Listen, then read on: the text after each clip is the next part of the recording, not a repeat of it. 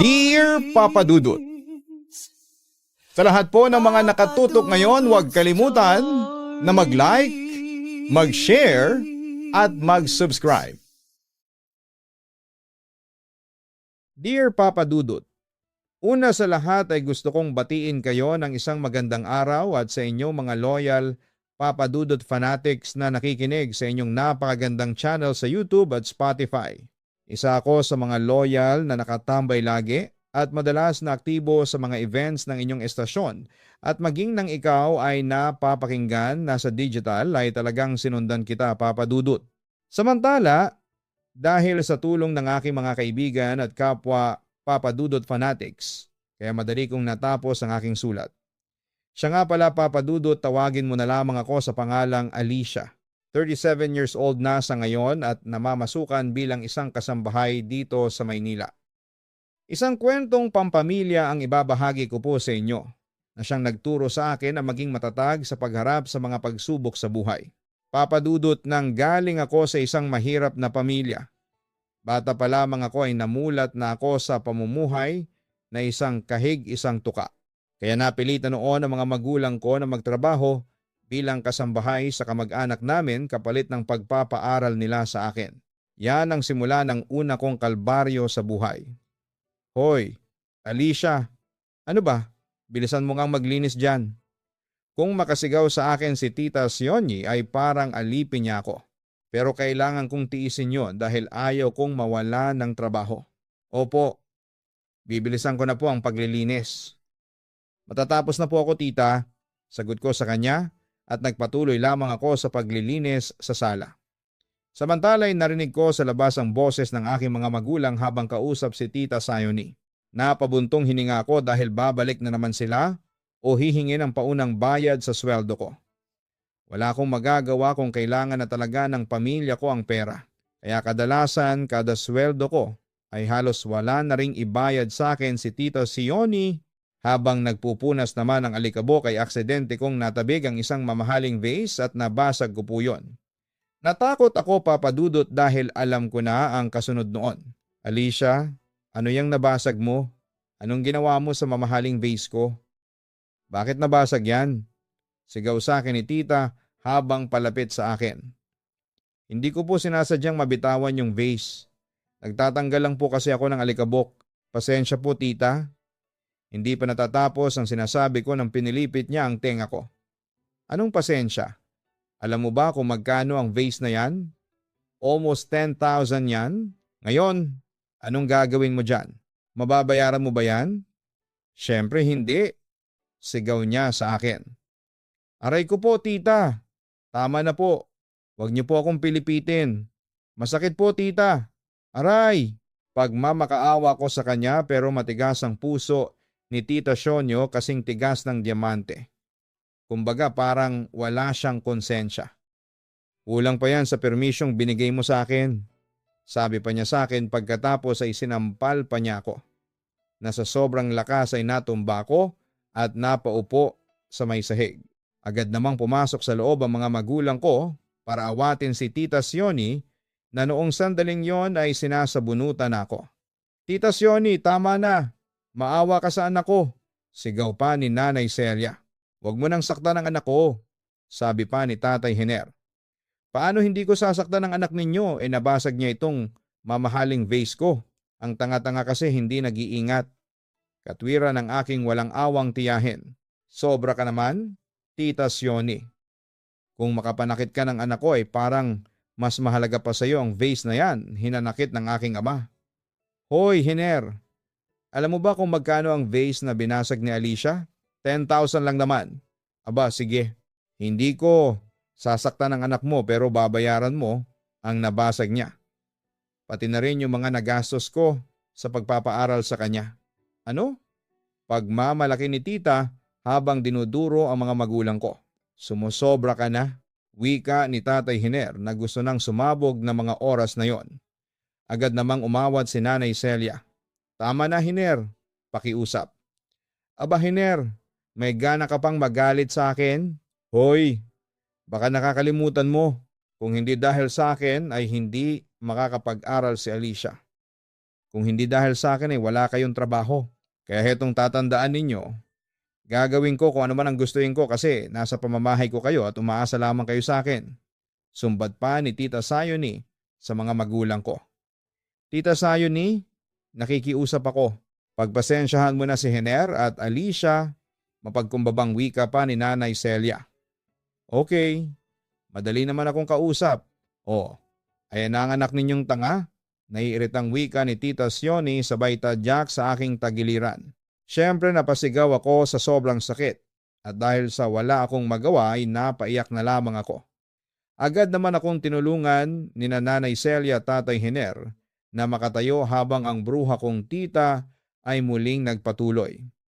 Sige, dahil sa pamangking ko rin naman yan, hindi ko na kayo sisingilin sa nabasag niyang vase. Kasi kahit napabayaran ko sa inyo yan, wala naman kayong pambayad. Sasakit lang ang ulo ko sa inyo sa kakasingil. Pero hetong tatandaan mo, Alicia ha, kapag hindi ka pa nag-ingat, palalayasin na kita sa bahay ko at titigil ka na sa pag-aaral mo. Nagkakaintindihan ba tayo? Opo, tita, sagot ko sa kanya habang umiiyak. Bumaling naman si Tita Sioni sa aking ina. Pasalamat ka Celia. At naalala ko pang kapatid kita. Kasi naman si Hiner pa ang pinakasalan mo. Tingnan mo ngayon, walang may pakain sa inyo ang lalaking yan. Isang kahig isang tuka lang kayo.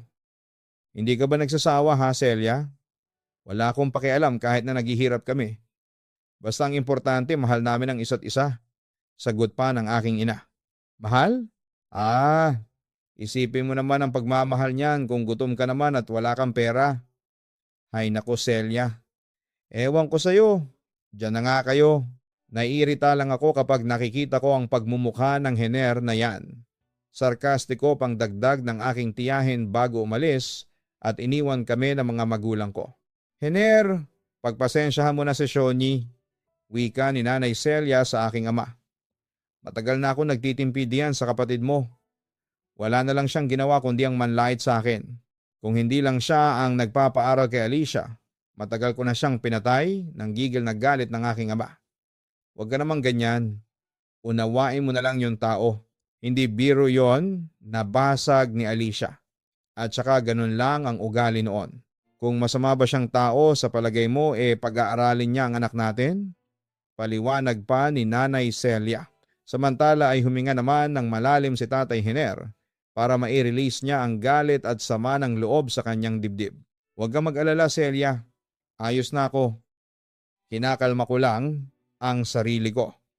Bumaling naman sa akin si Nanay Celia at pinunasan ng luha sa aking mga mata. Alicia, huwag ka nang umiyak ha. Comfort niya sa akin. Inay, bakit ganun po si tita? Oo, pinag-aaral niya nga ako pero palagi na lang niya akong nilalait. Alam niyo ba, inay? Parang hindi ka anak ang turing niya sa akin.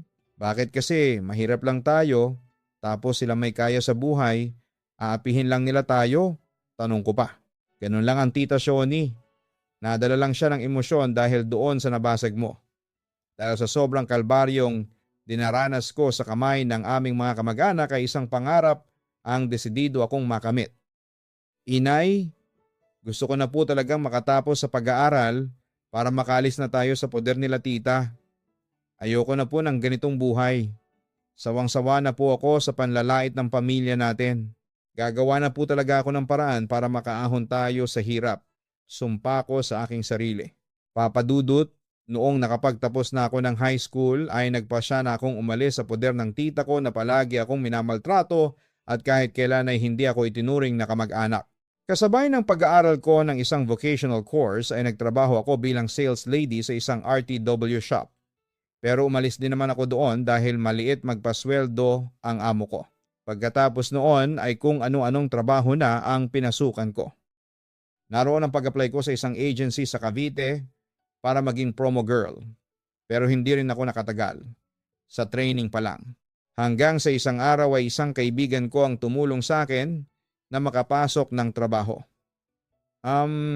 Bet mo bang maging kasambahay? Natatandaan kong tanong sa akin ni Lilia. Siya yung sinasabi kong kaibigan. Pwede naman. Basta mabait lang yung amo. Okay sa akin na maging kasambahay. Ang importante may trabaho ako. Alam mo naman ako ang breadwinner ng pamilya. Sagot ko sa kanya. May kakilala akong naghahanap ngayon ng kasambahay. Gusto mong pumasok? Nakaramdam ako ng excitement pero may gusto lang muna akong siguraduhin. Mababait ba naman yung magiging amo ko kung sakasakaling papasok ako? Oo naman, mababait sila.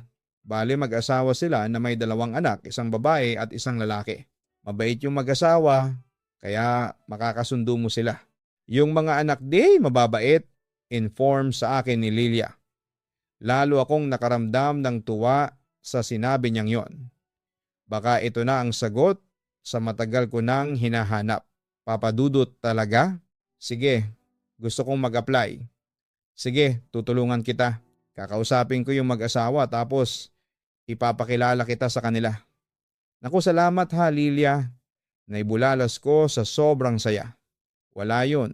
Magkaibigan tayo. Dapat lang nagtutulungan ang magkaibigan, sabi pa sa akin ni Lilia. Pagkatapos doon ay dinala niya ako sa sinasabi niyang magiging amo ko. At yun nga, tinanggap nila ako bilang kanilang kasambahay. Papadudot, nagpapasalamat ako noon dahil mababait ang mga amo ko, para bang kapamilya ang turing nila sa akin. Mababait din yung 2 anak nila, isang babae at isang lalaki. Lahat sila ay kasundo ko. Samantala, sa pagpasok ko bilang kasambahay ay siya namang pagtulong ko sa aking pamilya. Ako ang naging breadwinner sa pamilya namin at ako ang naging takbuhan ng mga kapatid ko kapag nangangailangan sila ng tulong. At kapag nakakaluwag naman ako ay dinadagdagan ko ang budget namin sa pagkain para naman lahat kami ay busog at nakakakain ng 3 beses sa isang araw. Inay, tatay, nakahain na po yung pananghalian natin.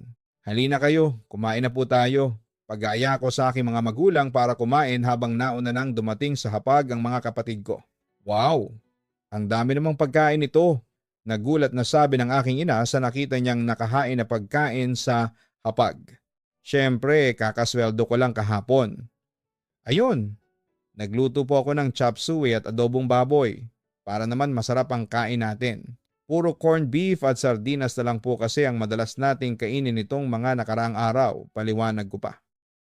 Salamat anak Alicia, pasensya ka na ha, at ikaw pa kasi ang nagpapakain sa amin ng masasarap na pagkain. Ako kasi hindi ko kayo mapakain ng ganito, wika ng aking ama habang nakakaramdam ng kaunting konsensya. Agad ko naman siyang kinomfort. Tatay, kaya po ako nagsusumikap para sa ating lahat. Tatay, alam ko pong yung mga paghihirap ninyo para sa amin. Marami kaming dapat na ipagpasalamat sa inyo kung tutuusin kasi kahit nasala tayo sa pera, pinalaki nyo pa rin po kami na masisipag at mababait. Nagpapasalamat po kami doon tatay. Wika ko pa. Alicia, ang swerte namin ng nanay mo at ikaw ang naging anak namin. Aniya habang tinapik niya ang aking balikat. Pagkatapos noon ay masayang kumain kami kasama ang pamilya ko. Kwentuhan at tawanan na halos marinig sa buong bahay. Masayang-masaya ang pamilya ko kasi kahit papaano natutulungan ko silang makasurvive sa pang-araw-araw. Maya-maya'y narinig naming may kumakatok sa pintuan. Nang buksan ito ni tatay ay tumambad sa kanya si Jeric. Pinapasok ni tatay ang kapatid ko at inayang saluhan kami sa hapag. Nako, ang dami namang pagkain ito. Nakakainggit naman kayo, wika ni Jeric na manghang-mangha noon sa mga nakahain na ulam sa mesa. Huwag kang mainggit kasi bukod sa makakain mo dito, nagluto pa ako ng sobra para may take out ka para sa pamilya mo. Sabi ko naman sa aking kapatid. Naku, salamat Ate Alicia. Natutuwa niyang balik sa akin. Pagkatapos noon ay agad na binalita ni Jeric na nanganak na nga noon ang asawa niyang si Esther at kailangan niya ng 6,000 para sa bayad sa ospital. Agad ko namang pinautang siya ng 3,000 at nangakong magbibigay ng panibagong 3,000 kapag nakautang na ako sa aking amo. Paano ka na? Yung gagastusin ninyo, nina inay, nag-aalalang tanong pa ni Jeric sa akin. Meron pa akong 2,000 dito. Pagkakasyahin muna namin ito nila inay. Pero kung hindi kaya uutang na lang ako sa mga kakilala ko. Sagot ko naman sa kanya. Nako ate, nakakahiya naman sa'yo. Ngumiti ako sa aking kapatid. Huwag ka nang mahiya. Bukal sa kalooban kong ibinigay sa iyo yan. Ang mahalaga iligtas ang mag-ina mo. Kapag nakahiram pa ako ng 3,000, ibibigay ko kaagad sa iyo ha. Pangako ko pa sa kanya. Naku, salamat po talaga ate. Bali kapag nakahanap po ako ng trabaho, babayaran din kita sa mga utang ko sa iyo. Halos maiyak noon sa tuwang aking kapatid. Kahit wag mo na akong bayaran, Jeric. Kaya naman ako nagsusumikap sa trabaho para sa ating lahat. Ayaw ko kasi kayo nakikitang nahihirapan o nalulungkot. Basta Jeric, kung kailangan mo ng pera, huwag kang mahiyang lumapit sa akin ha. Sabi ko noon sa aking kapatid. Papa Dudut, palaging inuuna ko ang pamilya ko. Hindi ko sila matiis at palagi akong tumutulong sa kanila. Ayaw ko silang nakikitang nahihirapan at nalulungkot pero inaamin ko na mahirap talaga na pumasa ng mga responsibilidad pero kinaya ko yon, Papa Dudut. Akala nga ng mga taong nakakakilala sa akin ay ako ang taong easy-go-lucky. Masiyahin at walang problema dahil nga sa aking personality. Pero ang hindi nila alam ay ako ang taong nahihirapan at puno ng pagsubok sa buhay. Pero tinatago ko na lang yon sa sarili ko at hindi ko ipinapakita sa kanila na nahihirapan ako dahil ayaw kong mag-alala sila sa akin. Hay nako, Papa Dudut. Kung alam lang nila ang mga pinagdadaanan ko. Samantala bilang breadwinner ay pinasang ko nang mag-isa ang mga problema sa aming pamilya. Ipinakita ko sa kanila na isa akong matatag na tao dahil ayaw ko silang panghinaan ng loob. Pero hindi ko noon nakalain na bibigyan ako ng Diyos ng mas matinding pagsubok. Alicia, narinig kong tawag sa akin ng amo ko isang araw. Siyempre nang marinig ko yon ay agad akong lumapit. Sir, bakit po? Tanong ko sa kanya. Halika rito, nasa telepono ang nanay mo. Kailangan ka raw niyang makausap emergency. Sagot ng aking amo. Sabay abot sa akin ang telepono. Nakaramdam naman ako ng kaba ng sandaling yon at nag-aalinlangan pa akong magsalita noong una. Hello inay, napatawag po kayo? Tanong ko. Ngunit laking gulat ko nang bumungad sa akin ang umiiyak na boses ni Nanay Celia. Alicia, ang tatay mo. Patay na siya. Nagdadalamhati niyang balita sa akin. Natigilan naman ako. Namutla at nanginginig ang buo kong katawan. Matapos kong marinig yon, hindi ako makapaniwala na wala na si tatay. Inay, hindi po pwedeng mamatay si tatay. Ano po bang nangyari? Sa puntong yon, Papa Dudut, ay hindi ko na napigilang umiyak. Na-stroke kasi ang tatay mo. Hindi siya magising-gising at noong isang araw, naku, sa linggo pa yon, 3 araw na nang nakakaraan noon. Kanina'y dineclare na siyang patay ng mga doktor. Ang kwento pa ni Nanay Celia. Nanlumo naman ako sa aking narinig at napahagulhol na lamang sa pagsubok na yon sa aking pamilya. Inay, uuwi po ako diyan sa atin sa Davao. Sige, anak, hihintayin ka namin dito. Kasama ko ngayon sina Jeric at Elmer. Sina Gina at Amber naman parating na rin sila. Inform sa akin ng aking ina. Mag-ingat ka at paalam. Alicia, nakikiramay ako sa pagkamatay ng iyong ama. Malungkot na wika ng aking amo. Sir, kailangan ko pong umuwi ng Davao. Gusto ko pong makita sa huling pagkakataon ng tatay ko. Pakiusap ko naman. Sige, walang problema sa amin. Tatawagan ko na yung airline company at magpapabook na ako ng ticket papunta sa Davao. Huwag kang mag-alala at sagot na namin yon. Wika ng pagtulong ng aking amo. Kami na rin ang bahala sa pera mong pauwi kaya huwag ka nang umiyak. Alicia, mahal na mahal ko po ang tatay ko. Bakit siya pa ang kinuha ng Diyos? Sabi ko na hindi ko pa rin matanggap ang pagkawala ng isa sa mga pinakamahalagang tao sa buhay ko. Ganyan talaga ang buhay. Kapiling na rin niya ang Diyos sa ngayon. Kaya huwag ka nang umiyak. Tiyak na masaya na siya saan man siya naroroon. O ano, huwag ka nang umiyak ha. Baka magkasakit ka pa niyan, pag-comfort at pag-aalaga sa akin ng aking amo. Salamat po ulit sir. Huwag po kayong mag-alala at babalik din po ako kaagad. Pagkatapos ko pong magluksa, pangako ko naman sa kanya. Papa Dudut, sobra akong nagdalamhati noon sa pagkamatay ng aking ama noong taong 2006. Nanghihinayang ako noon dahil hindi ko naabutang buhay ang aking ama. Pero manghinayang man ako, ay huli na ang lahat. Samantala, ang lolo ko ang tumayong ama sa pamilya namin nang mamatay si tatay. Pero noong taong 2009 ay hindi ko akalain na pati siya ay kukunin na rin ng Diyos sa amin. Papa Dudut, namatay sa cardiac arrest ang lolo ko. Nang malaman ko yon ay agad akong bumalik ng Davao at doon ay nadatnan ko na lamang ang lolo ko na walang buhay at nakahimlay sa kabaong. Papa Dudut, wala akong ginawa kundi ang umiyak ng umiyak. At minsan ay tinatanong ko si God kung bakit kinuha niya ang 2 taong pinakamahalaga sa buhay ko. Pero sa tulong ng mga kapamilya ko ay nalagpasan ko rin ang pagsubok na yon. Papa Dudut, pagkalibing sa aking lolo, ay agad akong bumalik sa Maynila para magtrabaho. Doon ay naging matiwasay naman ang buhay ko at ng pamilya ko. Pero noong 2012 ay isa namang pagsubok ang nakatakdang dumating sa aming pamilya. Bakit ganon?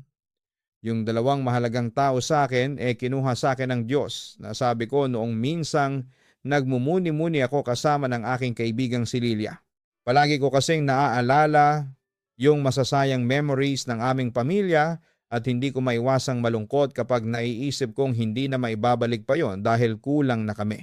Huwag mong questionin ang kagustuhan ng Diyos, Alicia. May dahilan siya, kaya niya ginawa yon. Tandaan mo na lang na walang gagawin ng Diyos na makakasama sa iyo at sa pamilya mo. At saka lahat naman tayo darating din doon, pangaral sa akin ng aking kaibigan. Sumang-ayon naman ako sa kanyang sinabi. Kung sa bagay, may punto ka. Pero minsan hindi ko maiwasang magtanong sa kanya kung bakit siya nagbibigay ng ganong pagsubok. Minsan may pagkakataon pa ngang nawawala na ako ng gana sa kanya dahil doon Humingi na rin ako ng tawad sa Diyos sa mga nagawa ko sa kanya noon. Basta pagsubok lang yan. O tingnan mo, na-survive mo rin yung mga ibinigay niya sa iyo. At least naging matatag ka, sabi niya sa akin. Nagbuntong hininga naman ako pagkatapos. Sana wala nang pagsubok na dumating sa akin ngayong taon, ang sabi ko pa. Ngunit hindi pa natatapos ang araw na yon, ay nakatanggap ulit ako ng tawag mula sa aking ina. Kinabahan na naman ako nang marinig kong umiyak siya sa kabilang linya. Bakit naman po kayo umiiyak, inay? Anong nangyari? Nag-aalala kong tanong sa kanya. Ang Kuya Elmer mo, wala na ang kuya mo. Hindi na siya babalik pa, sabi niya sa akin habang humahagulhol. Naguluhan naman ako sa kanyang sinabi. Inay, hindi ko po kayo maintindihan na ibulalas ko. Kinakabahan na kasi ako ng mga sandaling yon. Patay na si Elmer. Umuwi ka na rito sa bahay. Kailangan namin ang tulong mo. Pagpapatuloy ni Nanay Celia. Pagkatapos ay naputol na ang tawag niya. Ano bang nangyari, Alicia? Concerned na tanong ni Lilia sa akin. Si Kuya Elmer, sabi ni inay. Patay na ang kapatid ko. Nanlulumo kong balita. Pinauuwi niya ulit ako sa Davao. Lilia, bakit ganon? Merong pagsubok na namang dumating sa amin. Ngayon si Kuya Elmer naman ang kinuha niya. Bakit ganon ang Diyos? Sa puntong yon ay napahagulhol na ako. Agad naman akong niyakap ng aking kaibigan para i-comfort. Alicia, huwag ka nang umiyak, tahan na. Huwag kang mawala ng pag-asa at pananampalataya sa Panginoon. Malalampasan mo rin yan. Payo pa niya sa akin. Papa Dudut, pagkatapos noon ay wala na naman akong ginawa kundi ang umiyak. Doon ay tinanong ko sa Diyos kung bakit ganon ang ginagawa niya sa pamilya ko. Pero mabait ang Diyos at tinulungan niya kaming bumangon sa mga pagsubok. Muli akong nakaramdam ng kasiyahan nang makagraduate ang 2 kong nakababatang kapatid. Lalo akong nagsumikap sa aking trabaho para matulungan ko ang mga kapatid ko na makapag-aral sa kolehiyo. Ngunit hindi naging sapat noon ang aking kinikita sa pagiging kasambahay. Kaya sinubukan kong maghanap ng ibang trabaho. Nagtrabaho ako sa mall bilang sales lady, then cashier. Pero hindi rin naging sapat noon ang kinikita ko dahil maraming kinakalta sa amin. Sinubukan ko ring mag-apply sa call center pero hindi ako pumasa dahil hindi ako confident sa pagsasalita ng English. Papadudot, hirap akong maghanap ng trabaho ng mga sandaling yon pero walang panahon para sumuko. Kailangan ako ng mga kapatid ko kaya nagsumika pa rin po ako sa paghahanap ng trabaho at kasama ko sa paghahanap ng trabaho at inspirasyon ko sa buhay ang aking pamilya hanggang sa may nagrekomenda sa akin na magtrabaho ako bilang isang casino dealer sa isang casino sa Pasay. Nagpasa ako ng application online at ilang araw ang lumipas ay may tumawag sa akin at pinapupunta ako sa mismong hiring venue. Siyempre pinaghandaan ko yon. Nagsuot ako ng magandang office attire na pinahiram sa akin ni Lilia at nagpractice ako ng English. Pagdating sa hiring venue, ay dumaan ako sa sandamakmak na interviews hanggang sa nakapasa na naman ako. Pagkatapos noon ay pinaghanda na ako sa final interview kung saan ay isang foreigner daw ang mag-interview sa akin. At sa awa naman ng Diyos ay nakapagsalita naman ako ng maayos na English at nakapasa. Papadudot, laking tuwa ko noon kasi malaki ang sweldo ng isang casino dealer. Pwedeng-pwede ko nang masustentuhan ang pag-aaral ng aking mga nakababatang kapatid na nasa kolehiyo. Samantala, marami akong pinagdaan ng hirap sa trabaho at sa pamilya. Sumabay pa itong love life. Nagkaroon ako ng karelasyon noon pero hindi tumagal dahil pareho kaming abala sa aming mga trabaho. Sa una lang masakit pero naka-move on din sapagkat mas priority ko pa rin ang aking pamilya. 4 na taon nang lumipas at nakatapos din ang 2 kong kapatid sa kolehiyo. Isang nursing graduate at isang hospitality management graduate. Sobrang proud ko sa mga kapatid ko dahil nagtapos silang pareho with flying colors. Siyempre, proud din ako sa aking sarili. Kasi hindi ko akalain talaga na magagawa ko yon. Bilang ate nila ay masaya ako at nakatulong ako sa kanilang kinabukasan. Sa ngayon, papadudot, ay masaya na ulit ang aming pamilya. May sarili na ring pamilya ang 2 kong nakababatang kapatid. Ako na lang ang walang sariling pamilya at love life, pero ayos lang sa akin. In the first place, ay hindi naman ako naghahanap. Patuloy pa rin ako sa pagtatrabaho bilang casino dealer dito sa Soler. Kailangan kumayod at kumayod dapat dahil ako ang nagpapaaral sa mga naiwang anak ni Kuya Elmer.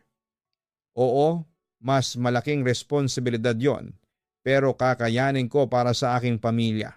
Papadudot, bagamat maraming pagsubok pa na pinapasan ko. Ngayon ako nananatiling matatag at utang na loob ko ito sa ating Panginoon na patuloy sa pagbibigay ng blessings sa buhay ko. Bagamat maraming beses ako na nag-question sa Kanya ay ngayon naman ay patuloy niyang pinatitibay ang aking pananampalataya. Masaya na ako sa buhay ko ngayon kasi kasama ko na ang aking pamilya. Sila ang tangi kong inspirasyon sa mundo at ang pananalig ko sa Diyos. Marami akong natutunan, papadudot, sa mga pagsubok na ibinigay sa akin ng Panginoon. Isa na roon ay huwag nating sayangin ang panahon at ipakita at iparamdam ang pagmamahal sa mga mahal natin sa buhay at sa bawat pagsubok ay may solusyon at may katapusan din. Muli ay maraming salamat po sa iyo, Papadudot, at sa mga bumubuo ng iyong programa. Sobra kong na-excite na marinig ang aking kwento sa Papa Dudut Channel. God bless sa inyong lahat. Lubos na nagpapasalamat, Alicia.